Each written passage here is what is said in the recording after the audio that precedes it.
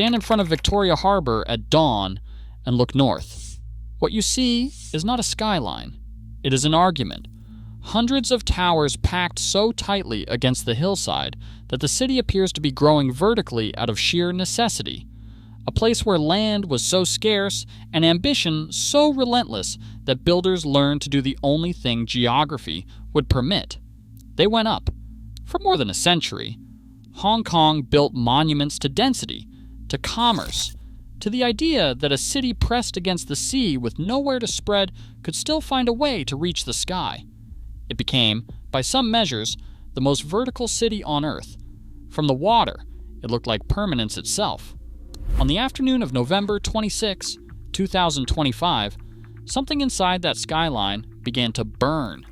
8 residential towers, 31 stories each, home to more than 4,600 people, all of them wrapped, at that moment, from ground to rooftop, in bamboo scaffolding and green protective mesh, the standard equipment of renovation in a city whose buildings are aging faster than its maintenance systems can keep pace. The renovation was supposed to make them safer.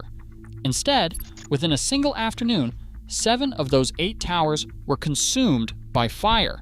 The blaze burned for 43 hours and 27 minutes. 168 people died. It was the deadliest fire Hong Kong had seen since 1948. Why? Because the mesh that wrapped those buildings, that green material the residents had been told was certified, compliant, flame-resistant, was not. It was cheaper, and the people responsible for it knew. This is not the story of an accident. It is the story of a $15,000 decision that killed 168 people. A documented, covered-up choice made inside a city whose skyline is quietly, systematically falling apart. This is the terrible engineering behind Hong Kong's burning towers. To understand why Wong Fuk Court burned the way it burned, you have to understand the ground-level reality of construction in Hong Kong.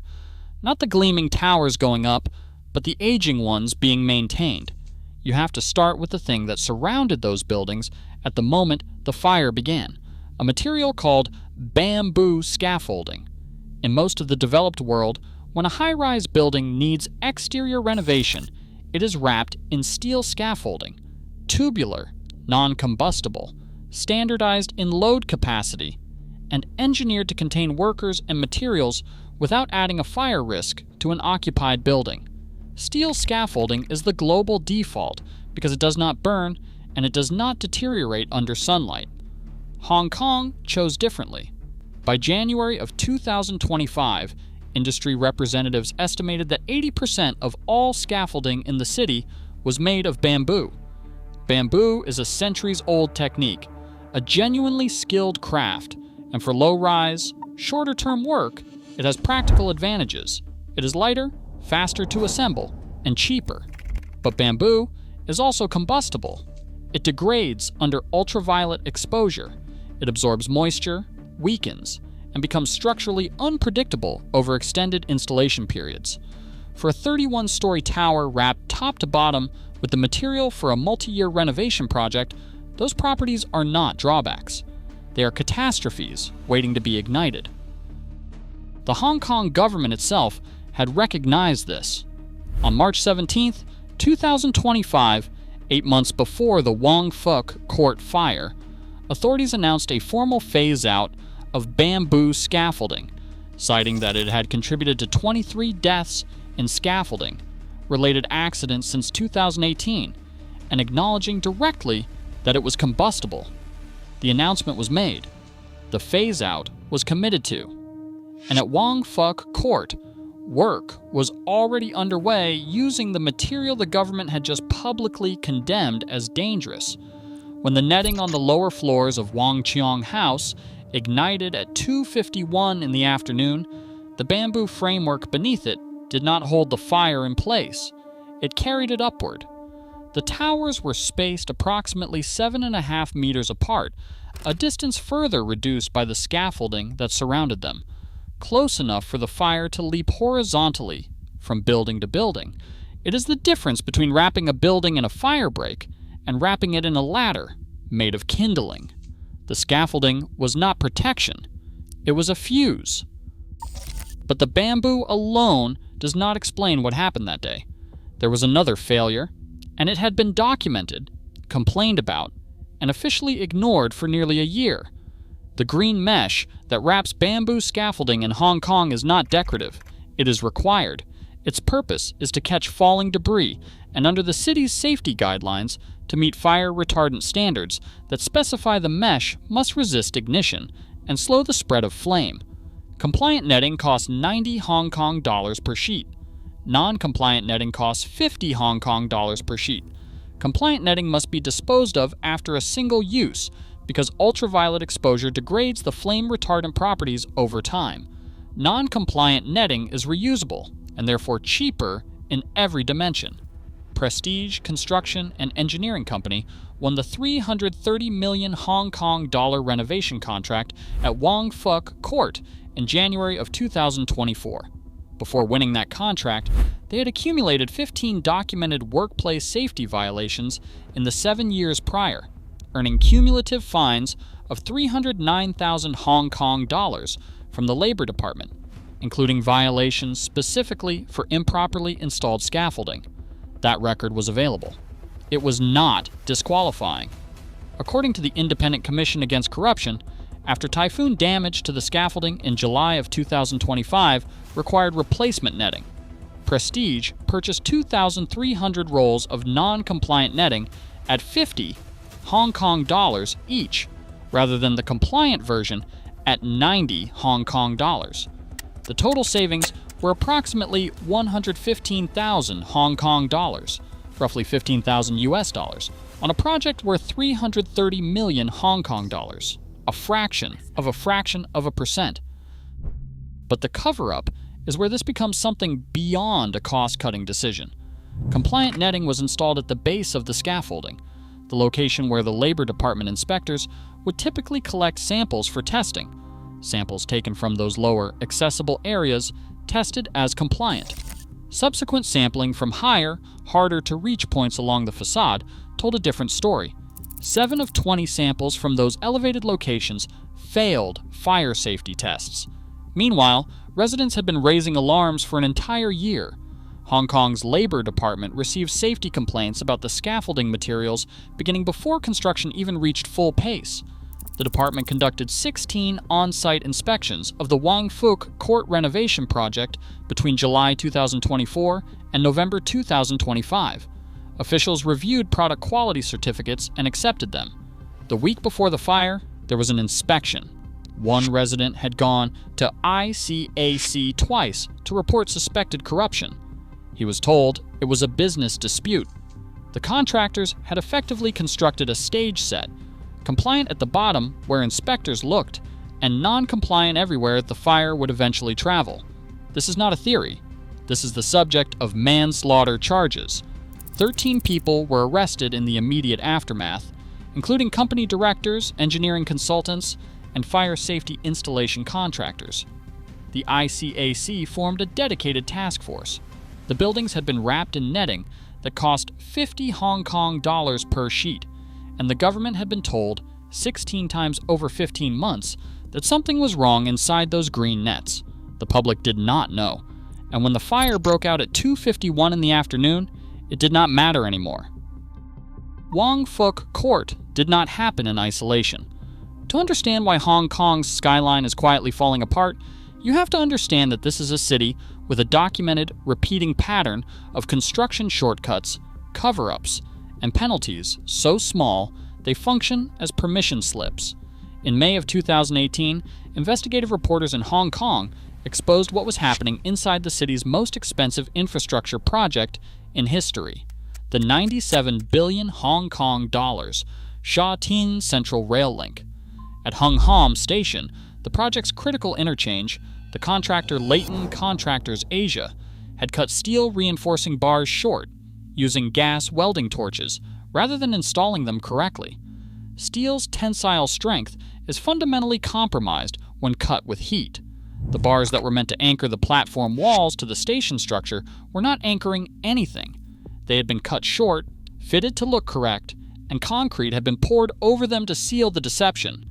MTR Corporation, which oversaw the project, later admitted it had discovered the shortened bars in December of 2015, but concrete had been poured over some defective structures as early as September of 2015.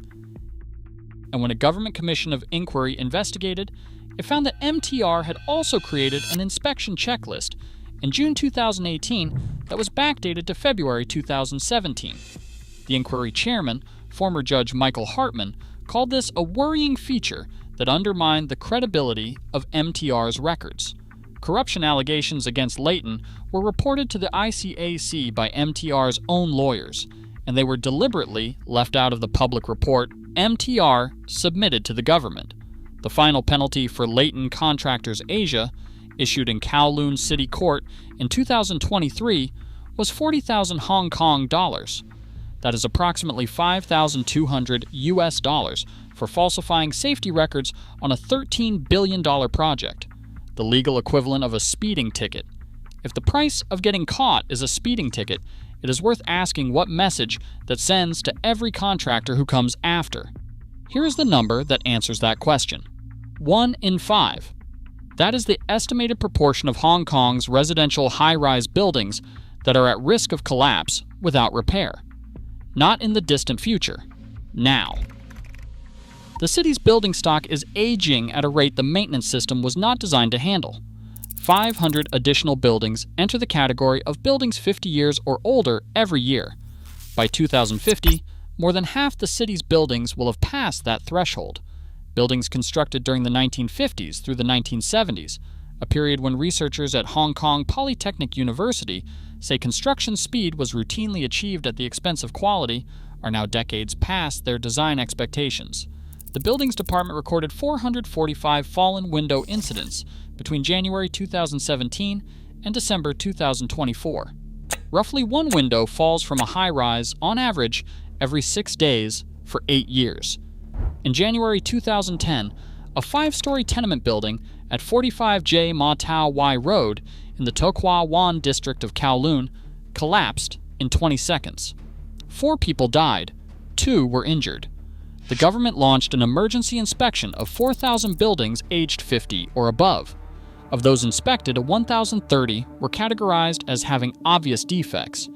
As of December 2024, 84% of buildings that received mandatory inspection compliance notices and failed to act had not been referred for prosecution.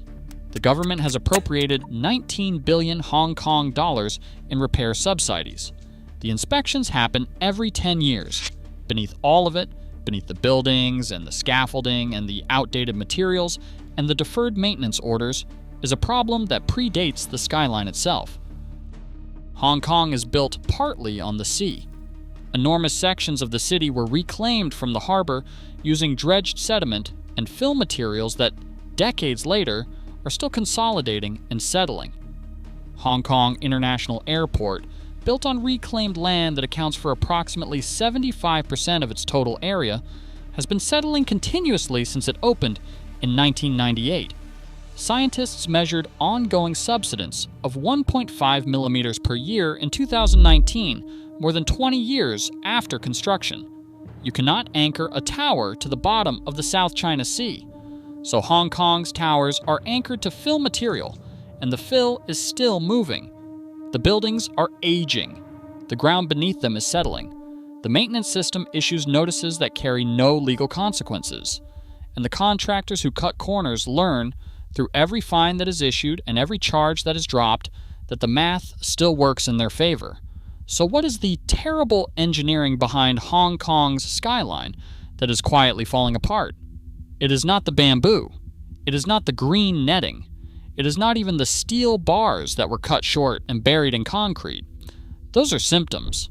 The disease is something older and more fundamental than any single building, any single contractor, any single shortcut. It is the belief that a city can build faster than consequence, that the cheapest option is a business decision, not a moral one, that $40 saved on a sheet of safety mesh, multiplied across 2,300 rolls, is acceptable when the government's own inspectors are standing at the base of the scaffolding, reviewing certificates, and going home satisfied. that fining a contractor 40,000 Hong Kong dollars for falsifying records on a 97 billion Hong Kong dollar project sends any message other than the math still works out in your favor. Wong Fuk Court stood for 42 years in one of the world's most expensive cities. The renovation was the system working as designed, and the system produced 168 deaths. The buildings of Hong Kong's Skyline did not fall apart overnight. They are falling apart the way everything falls apart that is never truly fixed, slowly, quietly, one compromised seam at a time, until one afternoon when a small flame finds the right material, and the whole structure of a city's deferred accounting comes due. In Hong Kong, the most dangerous thing about the Skyline is not how high it goes. It is how much it costs to keep it standing, and how little anyone is being charged for letting it fall.